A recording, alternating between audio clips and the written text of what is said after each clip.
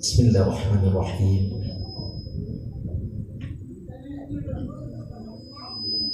Assalamualaikum warahmatullahi wabarakatuh.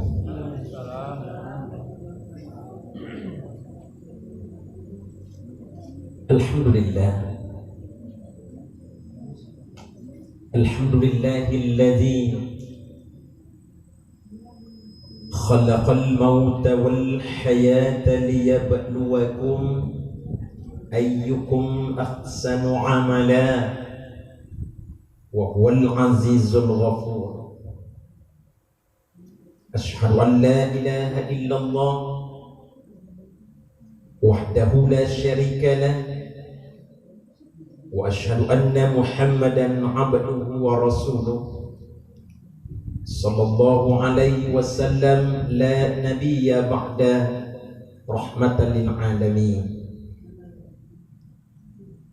Yang kita hormati Bapak Pengurus Musholla Darussalam, kemudian Bapak Ibu jamaah kaum muslimin dan muslimat, hadirin sidang jamaah salat Isya serta jamaah salat tarawih rahimakumullah. Kembali kita bersyukur kepada Allah.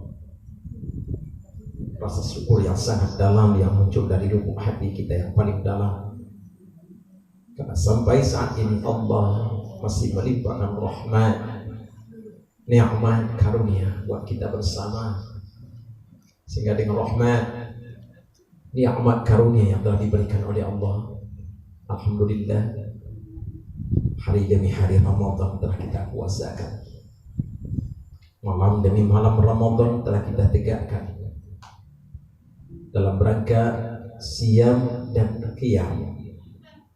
Siam, puasa, qiyam, menegakkan malam-malam Ramadan. Tanpa terasa bagi kita, ibu dan bapak, saat ini kita sudah berada di penghujung Ramadan. Malam ini sudah masuk malam ke-29. Artinya puasa sampai siang tadi 28. Karena puasa kita insyaallah pada tahun ini 30 hari. Ibu bapak, dari ibadah yang kita laksanakan baik itu puasa siang hari maupun malam dalam rangka menegakkan qiyam Ramadan, tidak harapan dan doa kita sama Allah kecuali Allah terima ibadah kita ini. Allah balas dengan balasan yang terbaik. Dari situ juga kita mengharap Bapak Ibu dengan pelaksanaan puasa dan melaksanakan qiyam Ramadan, apa yang dijanjikan oleh Rasulullah, ampunan dosa. Dengan Allah ampuni dosa kita melalui Ramadan ini. Semoga bencana besar terjadi di negeri kita ini, musibah yang datang ini Bapak Ibu akan cepat berlalu. Karena sudah lebih 1 tahun bencana virus corona ini melanda kita. Bahkan sampai saat ini Bapak dan Ibu, dan kita sudah rasakan tahun kemarin dan sampai hari ini masih berdampak, masih banyak yang positif karena COVID, sehingga pemerintah mengambil kebijakan Bapak dan Ibu, karena daerah kita mungkin daerah online, maka keputusan pemerintah berdasarkan dari Menteri Agama, bagi daerah yang oranye itu ditiadakan pelaksanaan Hari Raya Idul Fitri dan dilaksanakan di rumah saja, tidak di lapangan, tidak di masjid, tidak di mushola. Ibu bapak jamaah rahimakumullah, inilah musibah yang kita rasakan Bapak dan Ibu, yang itu berdampak kepada semua manusia.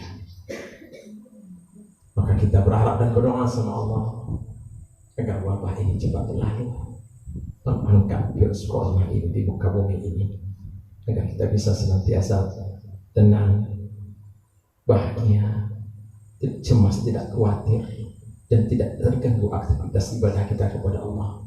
Karena sudah kita rasakan Bapak Ibu bagaimana Ramadan tahun depan, Idul Fitri tahun depan, Idul Adha, sampai pelaksanaan ibadah haji, ya Allah. Sudah 1 tahun sampai hari ini yang bencana virus corona berkepai buah. Maka kita berdoa dan berharap bersama Allah. Mudah-mudahan dengan Allah ampuni dosa kita melalui Ramadan ini.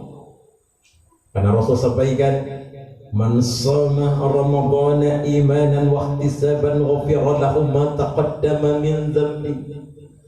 Siapa yang melaksanakan puasa Ramadan dengan dasar iman karena Allah dan ikhlas semata-mata karena Allah, Allah ampuni dosa-dosanya telah berlalu. Berarti lah 28 hari kita puasa sampai siang tadi.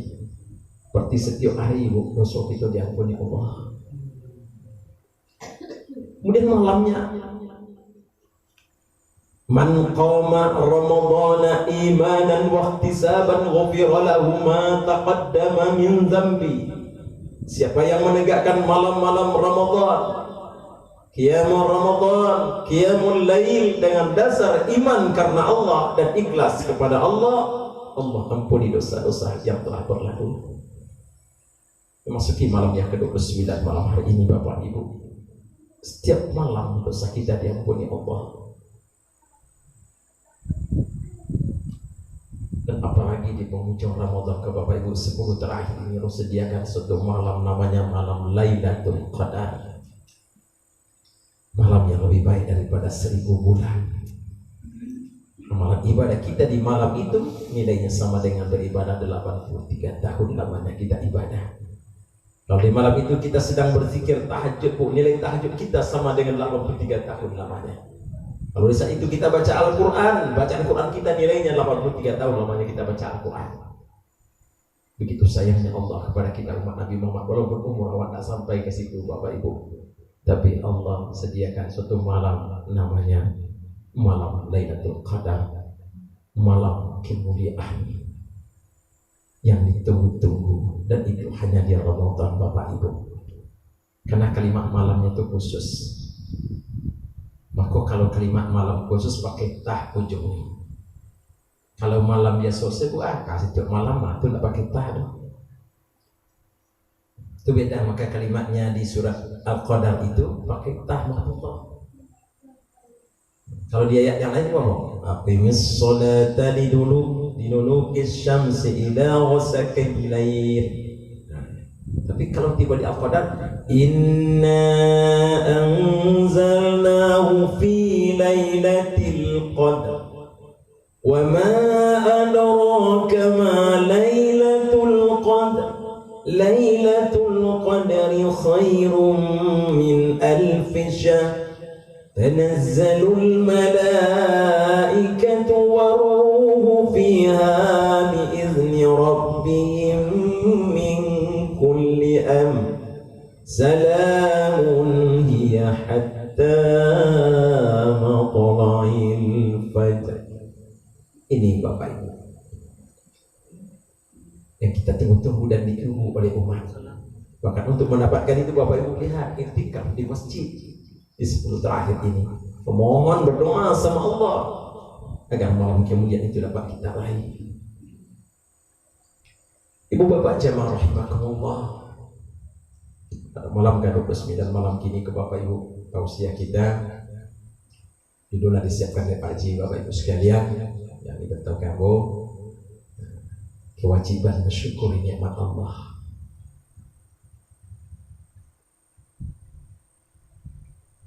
Ibu bapak, di masa pandemi kok memang banyak hal yang membuat awak tak tenang, membuat awak gelisah, membuat awak sedih. Apalagi ini Bapak Ibu, kita berharap cukup tanpa tang sejauh keluarga awak nak pulang dari rantau, tapi berlanjut sampai kini.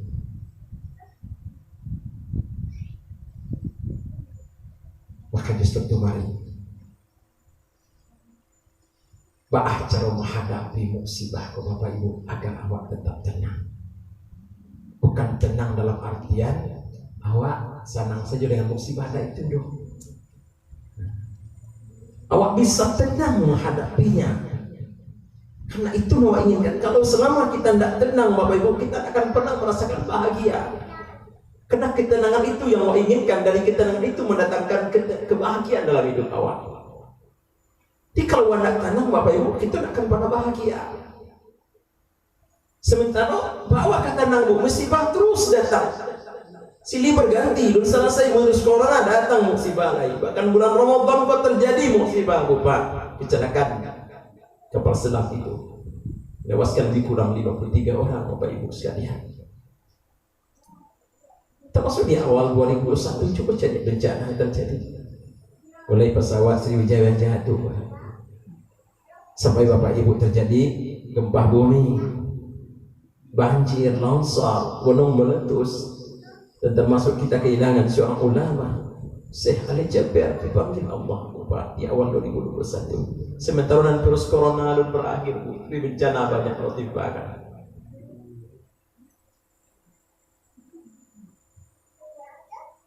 Maka ibu dapat sekalian, mensyukuri nikmat itu salah satu hidup tenang. Di kajian malam kini 4 resep hidup tenang, termasuk salah satunya adalah syukur nikmat.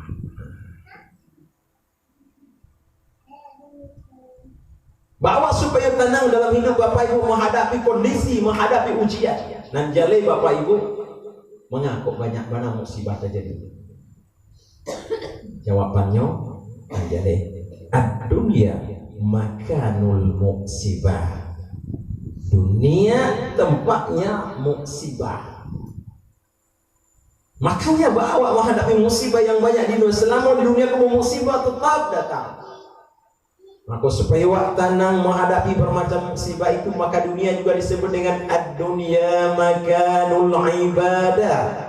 Dunia adalah tempatnya ibadah. Selama kita menghadapi musibah ini dengan ibadah, mendekat kepada Allah, insya Allah kita akan bisa tenang menghadapi ujian itu semua.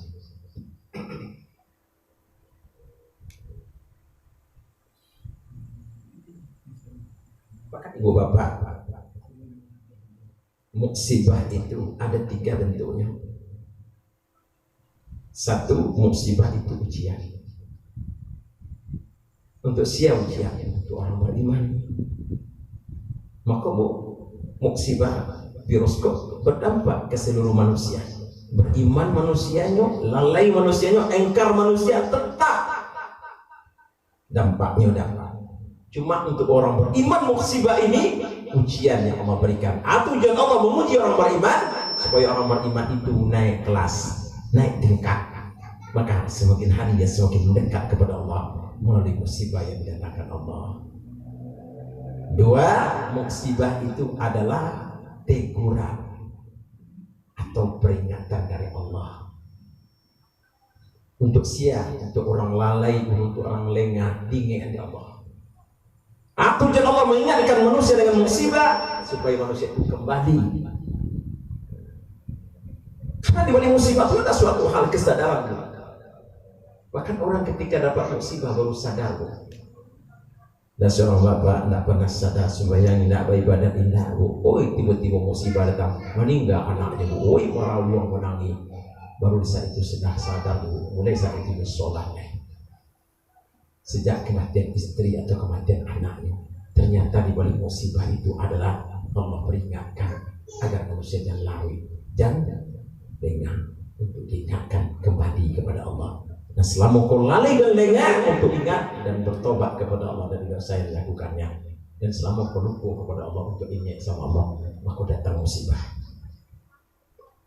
Yang ketiga, musibah itu adalah azab.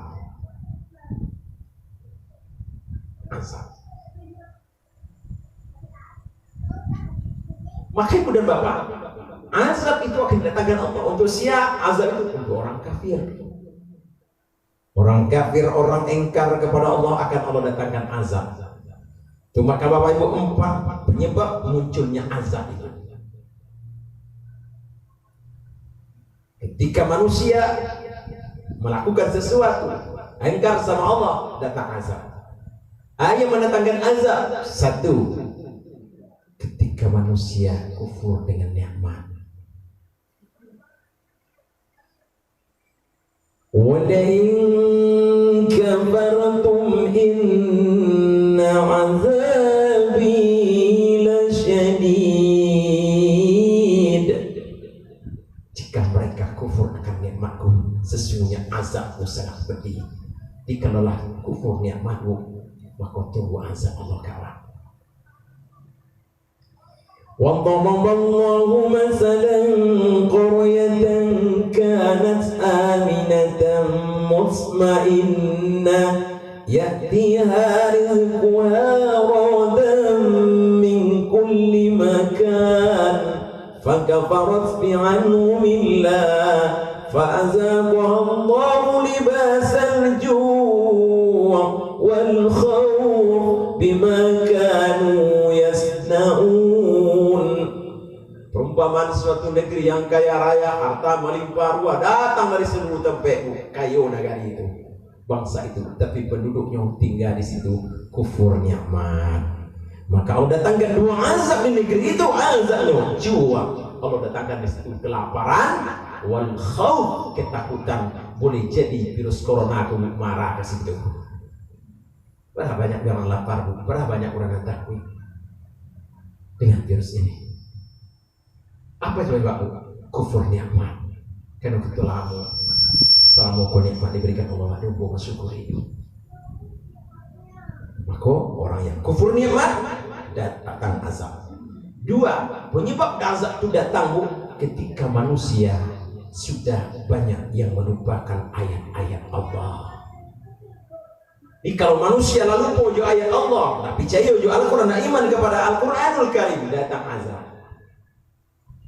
Allah, walakin kazzabu fa'akhaznahum bima kanu yaksibun. Akan tetapi mereka itu mendustakan ayat-ayat kami, kata Allah, maka kami datangkan azab kepada mereka diakibatkan oleh perbuatan mereka. Jadi kalau manusia mendustakan ayat-ayat Allah, maka Allah diberikan azab. Tiga, azab itu datang Bapak Ibu karena manusia banyak yang tidak taat sama Allah. Kata Allah, wa idza aradna an nukhlika qaryatan amarna musrafiha fafasaku fiha fahaqqal 'alayha fadammarna tadmira. Apabila Allah akan membinasakan suatu kaum, suatu negeri, maka Allah perintahkan kepada penduduk yang mewah yang tinggal di negeri itu dan pemimpin yang memimpin negeri itu, kata Allah, untuk taat kepada Allah. Jadi kalau Allah ingin membinasakan, diperintahkan Allah. Jadi kalau manusia yang taat sama Allah dan dibinasakan Allah. Tapi apa kata Allah? Fafasaku fiha, mereka fasik sama Allah, engkau. Maka kata Allah, fadammarnaha tadmira, kami binasakan negeri itu, kata Allah, sebinaso-binasonya.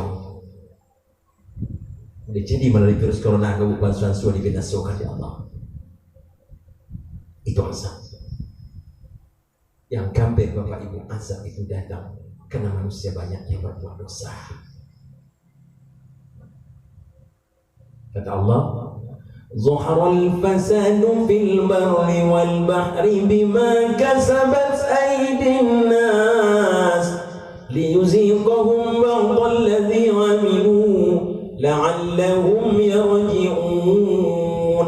Telah nampak kerusakan di darat dan di laut diakibatkan oleh tangan-tangan manusia, supaya Allah merasakan kepada mereka dari apa yang mereka lakukan itu, agar mereka itu kembali kepada Allah. Itu penyebab datangnya azab, karena manusia banyak berbuat dosa. Dan dosa yang mengundang datang azab itu Bapak Ibu, bencana, petaka, musibah, wabah ini adalah dosa berbuat aniaya, berbuat zalim. Karena doa orang terzalim itu dijabah Allah. Itu maka bukan waktu aniaya, langsung waktu terima Bapak Ibu azab di dunia. Sudah di akhirat tambah boleh cerai. Makanya ada 5 bantuan kezaliman yang Allah murkai. Singgung dengan murkanya Allah. Allah tidak mengazab pelaku zalim itu hanya di akhirat kelak, tapi di dunia Allah azab mereka dengan bala bencana petaka. Mah tu bapak ibu, kezaliman itu satu, ketika para pemimpin merampas hak rakyatnya, itu adalah zalim. Tunggu, kalau banyak pemimpin yang merampas hak rakyatnya, tunggu, itu zalim. Jeritan rakyat didengar Allah, apalagi rakyat berdoa. Tunggu, bencana akan datang. Yang kedua, apabila para penegak hukum tidak berlaku adil. Kalau para penegak hukum tidak berlaku adil, Bu, itu melukai hati, kezaliman itu. Ketika hukum hanya berlaku tumpu kate tajam ke bawah, tidak tegak keadilan, itu zalim. Cerita orang-orang yang diadili ketika mereka diadili mereka, tapi tidak mereka diperlakukan secara adil, itu luka hati Bapak Ibu sekalian. Coba Wak, kalau tiba ada dia yang pengadilan itu, lalu Wak Bapak Ibu dia bukan pasti lu kuat ya Wak. Ketika Wak tidak diadili si adil-adil, kita ingin keadilan tapi tidak dapat keadilan doang. Itu luka hati, itu zalim namanya itu. Para penegak hukum yang tidak berlaku adil adalah para penegak hukum yang berbuat zalim. 3, ketika para suami tidak mau mengajarkan perkara-perkara agama kepada anak istrinya atau keluarganya, itulah suami zalim. Itu zalim tu, suami yang tidak mau tahu keluarganya perkara agama. Padahal pemimpin dalam rumah tangga, tanggung jawab itu. Nah, itu zalim. Dan keempat, ketika para pekerja, orang-orang yang kita kerjakan tapi sementara upahnya tidak separuh-paruh, wak kurangi upahnya, wak ambil di palunya, wak kurangi, wak diambil dari tanya, basunat, wak ajak tanya itu wak kurangi, itu zalim. Dan kelima, ketika para suami kejam kepada istrinya dan tidak mau mencarikan nafkah untuk anak istrinya, padahal dia mampu cari nafkah. 5 itu namanya zalim. Kalau bertanya ke ibu-ibu, jujur saja, nah 5 itu dah ada nampak gitu dah. Nah 5 tadi dah terjadi dah. Pemimpin merampas rakyat, suka saja lah Bu. Penegak hukum yang tidak berlaku adil, para suami yang tidak bertanggung jawab tentang perkara agama, bagaimana bertanggung jawab? Inyo sendiri tidak berjalan agama, banyak bertanggung jawab. Inyo suami Bu, tidak harus sayang. Nah, padahal inyo harus marahkan keluarganya ke agama, tapi inyo sendiri tidak menjalankan agama, Bu. Lebih zalim lagi itu. Kemudian bara orang-orang yang bakar rajo yang dikurangi upahnya, bara aja tahu orang Bu nan jatai nyo nak bagian gitu, nak rampas haknya. Jadi itu ya udah jadi susah tambah susah ketika hak mereka dirampas. Kemudian para suami tidak mau cari nafkah untuk anak istrinya, padahal mampu cari nafkah, membiarkan anak istri terlentang-lentang kelaparan, sementara suaminya tidak mau tanggung jawab. Itu semua adalah zalim yang murkai Allah dan tunggukan Allah. Itu semua mengundang datangnya azab. Bapak Ibu jemaah, jadi ibu bapak menghadapi semua itu, bawa supaya tenang memang dengan agama. Maka resep hidup tenang itu satu. Ini kita kan rayu ke buah. Yakin ibu sibuk dengan bermacam resep untuk kue, untuk makanan. Kini kaciwa bukan resep untuk kue, tapi resep untuk ibu tanam. Satu, selalulah bersyukur dari setiap nikmat yang diberikan Allah. Di sebenarnya nikmat itu bukan kurang, bukan nikmat yang kurang, tapi syukur yang kurang. Lah yakin ibu-ibu bapak Rasulullah Allah itu banyak. Lah yakin kita. Kalau tidak yakin, ibu tidak yakin kepada Al-Quran. Tidak yakin sama Allah dah. Allah saja mengajar Bu. Nikmat itu banyak kata Allah. Wa in ta'udu ni'matallahi la tuhsuha. Jika kalian hitung nikmatku, tidak akan sanggup kalian menghitungnya. Itu Allahnya cenderung. Dek sekian banyak. Kemudian kata Allah, Inna a'tainakal kautsar fasalli li rabbika wanhar. Sesungguhnya kami telah beri kamu nikmat yang banyak, maka solatlah untuk mengingatku, kata Allah, dan berkorbanlah. Nah, kemudian dalam surah Ar-Rahman 31 kali diulang-ulang ya Allah dalam kalimat yang sama. Surah 55 itu kata Allah, "Fabi'ayyi ala'i rabbikuma tukadziban." Hai, nikmat yang mana lagi yang kalian dustakan, kata Allah. Nikmat yang maju lagi, kata Allah. Nah, sebanyak itu. Tapi kata Allah, dari nikmat yang banyak itu, qalilan ma tashkurun, sedikit yang mau bersyukurnya. Jadi nikmat tak disyukuri, maka tak diberikan ketenangan di Allah dalam hidup awak. Sehingga nikmat itu membawa kesengsaraan. Kalau ibu-ibu bapak ngojek mana ibu? Sengsara membawa nikmat atau nikmat membawa sengsara? Maka ketujuh lawan. Nah, jelas sengsara bu, tapi sengsara membawa nikmat. Daripada ada nikmat tapi sengsara sesudah itu ya bu. Di orang banyak merobek karena pertanyaan dua. Ya ada nikmat banyak kok sengsara itu biasa dah. Ya bu, pokoknya banyak. Nah, kan itu salah bu. Banyak itu perlu bu.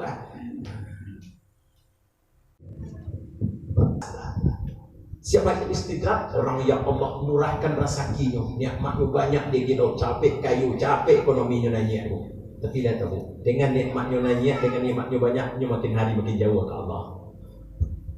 Itu namanya istidrak, kesenangan yang berakhir dengan kesengsaraan. Nikmat membawa sengsara. Dan banyak manusia tidak tahu disangkut dengan nikmatnya banyak itu Allah sayang gitu. Jadi Allah sayang kalau tak semayang mana, apa banyak. Wah kayu juga banyak. Dia siapa itu ngomongnya ke semayang ini banyak aja. Nah kan sayang Allah kawak seorang kodokinya, kodokinya tak semayang di masa yang Allah. Atuh aku terjebak orang istidrak tu banyak. Orang istidrak tu banyak terjebak ini mencari nikmat yang diberikan Allah, disangka Allah sayang kayaknya. Tapi di balik itu bukan sayang Allah, itu adalah azab yang pelan-pelan diberikan Allah. Maka kalau ada orang mau itu jangan agak mulai ni bila sekosian tu muda bandar resoki cuba cari dia petang terbalik ko ni terbalik ini ko cepet bona aja ekonominya tapi nya dak sembayang dong berzakat tidak sombong angku tagak lagi mulai itu tu jangan itu karena itu azab beransur-ansur kata Allah itu begitu. Kan ada orang waktu kamu dia mencari ibu dari PDP nyo sekali dapat masuk itu tanda. Jadi kalau orang yang dimudahkan Bapak Ibu rezeki, tapi dengan dimudahkan itu tapi makin hari makin jauh kepada Allah, itu namanya kenikmatan yang berakhir dengan kesengsaraan. Nah, wa ini kan Allah mudahkan rezeki dengan rezeki itu membuat kita dakik ya Allah. Itu baru nikmat yang membawa kebahagiaan. Nah, terus ketiga jadi ini. Bukan sengsara membawa nikmat, bukan nikmat membawa sengsara, tapi nikmat membawa bahagia. Semakin wak kayu, semakin berpiti, wak semakin dakik ya Allah. Sehingga nikmat itulah yang mengantarkan kita ke surga. Sehingga kita punya aset untuk akhirat. Sehingga kalau kita meninggal dunia dan kita terima tali aset itu ketika kita melakukan dunia. Sehingga jadi bekal untuk awak ketika kembali ke Allah. Nah, jadi resep hidup itu tenang itu adalah bersyukur. Jadi kalau wak ada tenang sama bukan kurang syukur. Nah, syukuri apa yang ada. Hidup itu adalah anugerah. Syukuri. Insyaallah tenang. Dua, resep hidup tenang itu Bapak Ibu adalah bersabar ketika kita mendapatkan ujian. Bersabar dari setiap ujian yang ditimpakan Allah. Coba Bu, kalau Ibu ada musibah lalu dengan siap tidak saudara awak di kawan awak kecilnya kau sabar ya Bu. Nah, kecilnya ada Bu tenang ya Bu, sabar sih Bu. Mana awak dikecil sabar Bu ketika ada musibah supaya Ibu tenang. Atau Pak yang dapat musibah, Pak tenang, Pak sabar ya Pak. Pasti kita ingatkan orang yang mendapat musibah itu sabar. Kenapa dengan sabar? Karena sabar itu membawakan ketenangan. Orang mendapat musibah, diingatkan sabar, tenang tuh orang. Kenapa orang sabar itu tenang? Karena orang yang sabar, Allah bersama dia. Jadi kalau awak mendapat ujian, Bu, kalau awak sabar, Allah bersama awak. Kalau Allah bersama awak, seberat apapun ujian, kita akan mampu menghadapinya karena kita bersama Allah. Tapi kalau anda sabar, Bu, bukan Allah bersama awak, tapi syaitan. Makanya muncul, Bu, sasih pada ibunya. Tiba ujian, tiba musibah, anda muncul sasih, stres, gila, bunuh diri, minum racun, gantung diri. Karena orang-orang yang seperti itu orang sedang bermasalah, Bu. Tapi ujian berat. Ketika ada ujian, dia nggak sabar, sehingga syaitan bersama itu. Tapi kalau sabar, Allah bersama awak. Seberat apapun ujian, kalau kita sabar, Allah bersama kita. Kemudian dengan sabar itu Bapak Ibu apa? Dengan sabar itu Bapak Ibu adalah wabasyiris sabirin, kabar gembira itu orang yang sabar. Jadi kalau kita sabar menghadapi ujian, ada di balik ujian itu kabar yang dijanjikan Allah Taala. Hikmah di balik ujian. Maka Ibu sekalian, kita cari kisah. Siapa itu kisahnya? Ya, kisah Nabi Ayub. Ibu-ibu, bapak Nabi Ayub itu, Bu sekalian, ya Allah. Dan itu, Bu, pembicaraan malaikat itu Nabi Ayub tidak sangat dipuji Nabi Ayub oleh Allah. Karena ketaatannya kepada Allah. Nabi Ayub itu kaya, bitinya banyak, anaknya banyak, Bu. Tapi taat sama Allah. Sehingga dipuji oleh malaikat. Ketaatan Nabi Ayub. Nah, Bapak Ibu, yang namanya syaitan tidak senang hati. Bahas supaya Nabi Ayub itu jangan taat sama Allah. Diuji. Ujiannya, Bu, pertama, seluruh harta Nabi Ayub habis. Dengan sekejap, Bu, jatuh fakir Nabi Ayub. Coba, Bu. Awak sedang kayu pergi sedang banyak, habis pergi 200 waktu dan tu mangkrut. Habis seluruh harta Nabi Ayub. Jatuh fakirnya. Apa kata Nabi Ayub bisa itu, Bu? Inna lillahi wa inna ilaihi raji'un. Sesungguhnya ini semua datang dari Allah, kembali kepada Allah. Tenang saja, Bu. Karena sabar Allah bersama-nya. Dan ya Allah, aku ambil seluruh harta bawa ke milik mereka, ya akan makanlah ya Allah, mati kelaparan. Sudah kalau tidak ada begitu. Tapi inna lillahi wa inna ilaihi raji'un. Semuanya datang dari Engkau ya Allah, kembalikan Engkau. Kalau Engkau akan kembalikan sudah itu mudah bagi Engkau ya Allah. Itu sabar, Bu. Kan hanya itu. Enggak cukup ujian, harta melimpah habis, dibawa ujian kedua. Seluruh anak Nabi Ayub meninggal. Berah jumlah anak Nabi Ayub 2 orang. 12 orang anak Nabi Ayub semuanya tiba-tiba meninggal semuanya. Haratu abi ibu ujian anak meninggal satu. Ya Allah, kalau awak ya Allah benar-benar ujian tak tahan amoda ya Allah. Kenapa bertimpakan ujian seberat ini ya Allah? Nabi Ayub aja nyebut inna lillahi wa inna ilaihi raji'un. Sungguhnya pada datang kepada Engkau ya Allah, kembali ke Engkau. Dan hujan, tiba hujan ketiga, Bu. Hujan ketiga penyakitnya, tiba sakit, Bu. Penyakit datang kepada Nabi Ayub alaihissalam, Bapak dan Ibu. Maka di saat itulah, di saat penyakit datanglah Nabi Ayub baru memohon sama Allah untuk disembuhkan penyakitnya. Apa sebabnya? Karena penyakit yang diderita Nabi Ayub sudah mulai mengganggu ibadahnya kepada Allah. Lah mengganggu ibadahnya Bapak dengan penyakit itu, makanya mohon sama Allah. Lihat, Bu, dahsyatnya doa Nabi Ayub itu, ya Allah. Cara minta sama Allah itu, Bu, ya Allah, sehingga mudah dipercepat oleh Allah mengabulkan doa Nabi Ayub dengan kalimat yang disampaikan oleh Nabi Ayub kepada Allah. Apa kata Nabi Ayub? Ya Allah, penyakit ini sudah mengganggu hamba dalam beribadah kepada Engkau ya Allah. Tolong angkat penyakit ini ya Allah. Engkau yang maha menyembuhkan ya Allah. Engkau yang maha sayang ya Allah. Kalau kepada yang maha menyembuhkan saja saya minta, kepada yang maha sayang saja saya minta, tidak kau kabulkan doa saya. Lalu kepada siapa saya minta lagi ya Allah? Sebut kalimat Allah itu Bu. Sebut sifat Allah itu. Allah Maha menyembuhkan, sebut itu. Kalau Allah Maha taubat, menerima taubat, sebut Maha taubat itu. Kalau Allah Maha rezeki, tak rezeki. Jadi kalau ibu minta rezeki, ya Allah, tolong berikan hamba rezeki, ya Allah, rezeki yang cukup, ya Allah. Kalau kepada yang Maha memberi rezeki sejak Engkau tidak kabulkan doa hamba, lalu kepada siapa hamba minta lagi, ya Allah? Itu doa yang mencepatkan Allah kabulkan. Sehingga dikala Nabi Ayub berkata, Engkau yang Maha sayang, ya Allah. Kalau yang Maha sayang saja Engkau tidak mengabulkan doa hamba, lalu kepada siapa hamba minta lagi, ya Allah? Tolong ya Allah, kabulkan doa hamba. Tiba-tiba doanya dikabulkan Allah. Sehat, Pak. Apa yang terjadi setelah sehat, Bu? Inilah kabar gembira dari Allah. Ketika dia sudah sehat kembali, lalu kembali dengan keluarganya sama istrinya. Akhirnya Bu, Allah kembalikan. Tiba-tiba istrinya hamil. Dan hamilnya tidak sekali Bu, sampai 24 kali istrinya hamil, sampai 24 orang anaknya. Dan meninggal tadi berapa Bu? 2 boleh diganti kalau 24 orang. Ya Allah. Jangan diulangi anak 24 orang. Bagi Allah itu mudah semuanya Bu. Sudah bagi Allah. Lalu Bapak Ibu sekalian halal. Nah, anaklah kembali dan 24 orang anak. Hilang 2 balik kembali 24 orang. Tiba di harapkan buat miskin fakir.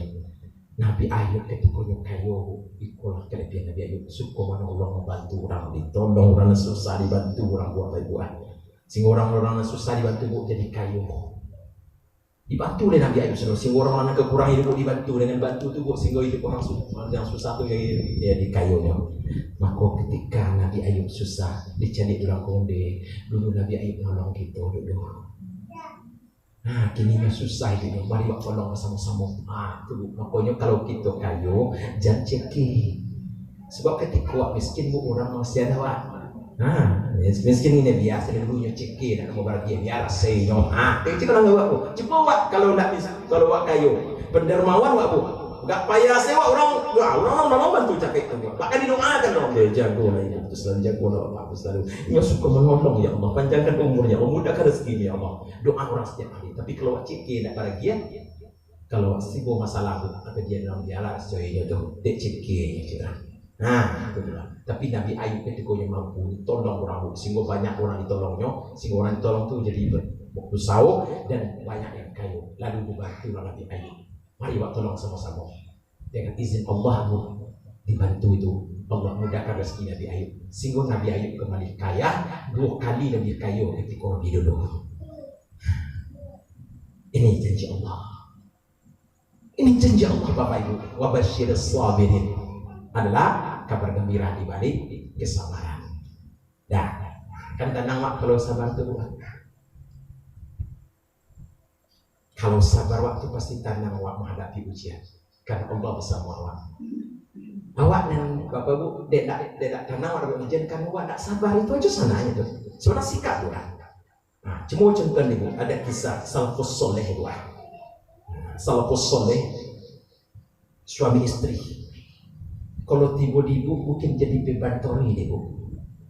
Tapi karena dia menyikapi itu Bapak Ibu dengan sabar, alhamdulillah masuk surga ya Bu. Karena namanya salafus soleh, ada seorang istri Bu. Istrinya raja panah, cantik kayak bidadari. Punya suaminya jelek, buruk, tidak raja doh. Kalau menurut Ibu, dia sampai dapet ini mudah. Kita coba buat. Tapi karena Allah jadikan itu Bapak Ibu, joiko jalan Allah masukkan mereka ke surga. Salafus soleh orang ini. Suatu kali istrinya berdandan Bu. Seorang istri yang cantik kalau berdandan Bu tentu cantik. Tak berdandan sejauh cantiknya Bu. Wih, dicalik dipandang oleh suaminya tadi, ya Allah, tajuk menjalik dia begitu cantik istrinya. Lalu apa katanya? Ya Allah, saya bersyukur kepada Engkau ya Allah, karena Engkau memberikan kepada saya seorang istri yang cantik. Itu yang ke istrinya. Kecil istri balik istrinya Bu. Ya Allah, saya bersabar kepada Engkau ya Allah, karena saya mendapatkan seorang suami yang jelek. Kecil istri bersabar kepada Engkau ya Allah, saya bersabar kepada Engkau ya Allah, karena saya mendapatkan suami yang jelek.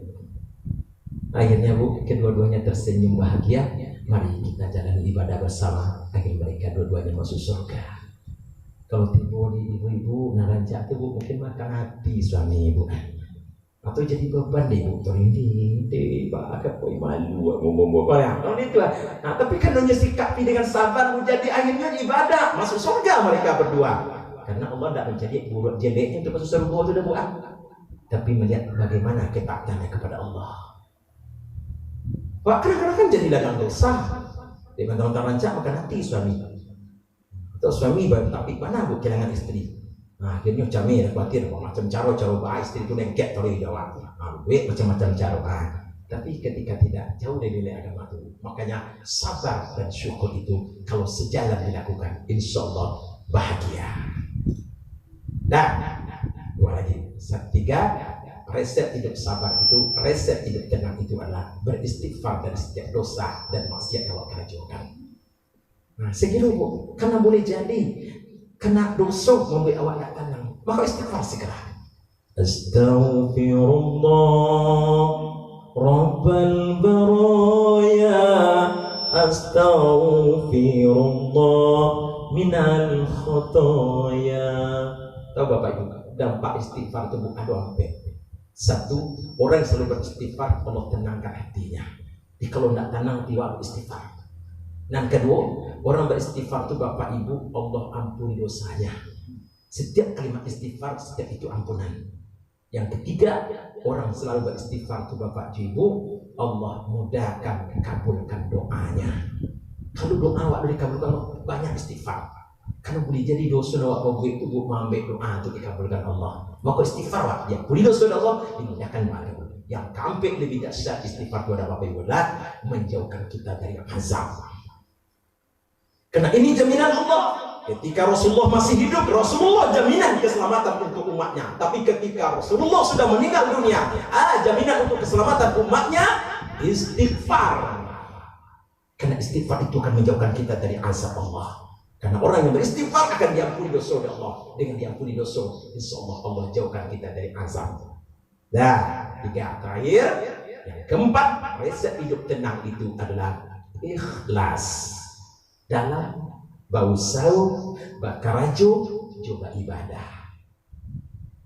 Karena orang ikhlas itu semata-mata hanya marah pada Allah. Sabar rajo ibu lakukan. Kalau ibu ikhlas, insya Allah ibu tenang. Tapi kalau ibu bakarajo tidak ikhlas, dan panik, dan dapat panik, panik nak dapat lo. Tiap karajo mengeluh dia, dan bakarajo mengaku, dia cari buat. Rancang ikhlas, jawab panik dapat, buat tenang.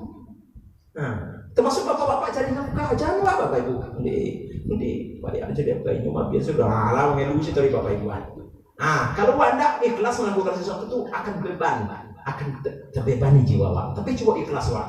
Ini ada tugasku cari nafkah. Karena nafkah seorang suami yang keluar rumah mencari nafkah, jaminan rezeki itu untuk keluarganya. Seorang suami yang bekerja cari nafkah bapak ibu sekalian, itu harap tuh dapat dari suamimu. Nafkah yang dapat itu untuk keluarga dijamin Allah. Maka seorang suami wajib cari nafkah. Karena nafkah yang dicari dari suami itu adalah dijamin Allah untuk keluarganya. Cuma suami yang cari nafkah. Lo kalau ibu cari nafkah apa? Gitu. Terus kalian berbahagia. Ikhlas termasuk dalam beribadah. Selama ikhlas beribadah itu tenang. Maka jangan heran Bapak Ibu kurang sembahyang tenang. Ini sembahyang justru gelisah. Karena selama sembahyang tidak ikhlas. Sekian lama sembahyang mengeluh itulah keselesai kok ya Allah. Itu kok yang jadi baru 2 selesai itu mesti ada 8 lah ya. Apa itu masih tapi sampai sudah kita mengeluh kami juga. Apa dia kata jangan imam sekali boleh. Jangan boleh imam itu selesai ya Allah. Akhirnya kita sholat tak tenang sebuah. Assalamualaikum warahmatullahi wabarakatuh. Alhamdulillah selesai. Tapi selama sholat tidak pernah tenang. Padahal sholat menciptakan ketenangan. Orang kalau nak tenang mau sholat, awak justru sholat tidak tenang. Dia keikhlasan itu. Jadi selama Ramadan kau dilatih buat keikhlasan kita tu. Udah kalau lagi ikhlas kalau ikut itu lain mereka. Karena orang ikhlas tu hanya mengharapkan semata-mata dari Allah. Tidak ada mengharap yang lain tu. Maka insya Allah berapapun apa yang kau lakukan insya Allah. Inilah kajian kita malam ini. Enggak terpanjang kajian kita di ujung Ramadan pas gede. Enggak terlebih waktu corona lain. Kenapa ada juga Pak dong? Tidak ada buah. Kita mau cari semangat Pak. Alhamdulillah. Nah, alhamdulillah, amin. Nah, inilah kaji kita malam ini. 4 dasar hidup tenang. Satu, selalu bersyukur dari setiap nikmat yang diberikan Allah. 2, selalu sabar dari setiap ujian yang diberikan Allah. 3, selalu beristighfar dari setiap dosa dan maksiat yang dikerjakan. 4, selalu ikhlas dalam berusaha dan beribadah. Mudah-mudahan bisa kita amalkan untuk meraih kesuksesan, meraih tenang di dunia, insyaallah bahagia di akhirat. Billahi taufiq wal hidayah. Assalamualaikum warahmatullahi wabarakatuh.